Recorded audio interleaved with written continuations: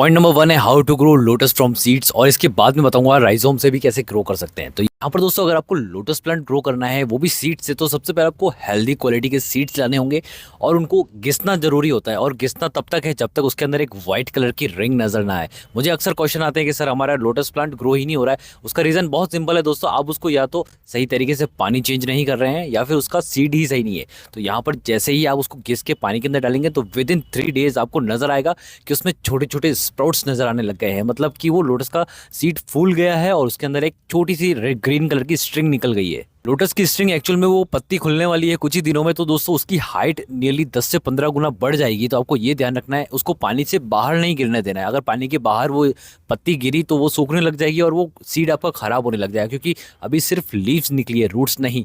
तो आपको ये ध्यान रखना है कि या तो आप उसको ग्लास बाउल बहुत बड़ा दें या फिर एक मिट्टी के टब में रख दें। राइट लोकेशन पर रखने से क्या होगा कि उनके अंदर जड़ें बहुत जल्दी निकल जाएगी। नियरली 15 दिन में ही आपको न्यू रूट्स नजर आएगी, और जैसे ही आपको रूट्स नजर आती है आपको इमीडिएटली उसको ट्रांसफर करना है एक बड़े से पॉट के अंदर, जहां पर आपको सॉइल लेयर भरनी है। और मेरा एक डिटेल वीडियो अवेलेबल है डिस्क्रिप्शन में, मैं डाल दूंगा हाउ टू ग्रो लोटस, वो जरूर चेकआउट कर लेना।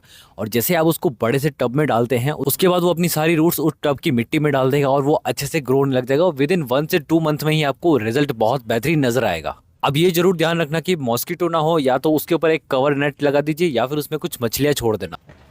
ये दोस्तों एक लोटस राइजोम, यहाँ पर आप देख सकते हैं कितना ज़्यादा बड़ा है और इसके 2 ग्रोइंग पार्ट है। मतलब ये 100% सक्सेसफुली ग्रो हो जाएगा। बट यहाँ पर दोस्तों हमने जो मंगाया है ना, वो ये देखो आप, कितने छोटे छोटे लोटस राइजोम है। ये है ड्राफ्ट लोटस राइजोम, मतलब ये छोटे से बाउल में बहुत अच्छे तरीके से ग्रो होंगे। मैं आपको ग्रो करना भी सिखा रहा हूँ किस तरह से इन ड्राफ्ट लोटस को ग्रो करना है। अगर लीफ आती है और इस तरह से डैमेज हो जाती है तो आपको डरने की जरूरत नहीं है, क्योंकि लीफ तो हमें वैसे भी कट करनी है, क्योंकि हम पूरा राइजोम मिट्टी के अंदर दबाने वाले हैं और एक छोटे से बाउल के अंदर। ठीक है, तो एक्सपेरिमेंट करते हैं। ये है हमारा छोटा सा बाउल, यहाँ पर आप देख सकते हैं बहुत छोटा है, और यहाँ पर एमसील से हमने इसको फिक्स कर दिया है, तो अब फर्दर इसमें वाटर लीकेज नहीं होगा। अब यहाँ पर बेस पर हम डालेंगे दोस्तों वर्मी कंपोस्ट, जितना हमें रिक्वायरमेंट है। नियरली 2 से 3 इंच इसकी हाइट बढ़ जाए, बस इतना रखेंगे हम। आई थिंक सो, मुझे ये पूरा ही लगेगा। ओके, अब इसके बाद दोस्तों हम डालेंगे सॉइल। यहाँ पर नॉर्मल गार्डन सॉइल यूज़ कर रहे हैं, आप चिकनी मिट्टी भी यूज़ कर सकते हैं। नियरली हमें 2 से 3 इंच इसकी हाइट बढ़ानी है, थोड़ी सी और मिट्टी लगेगी।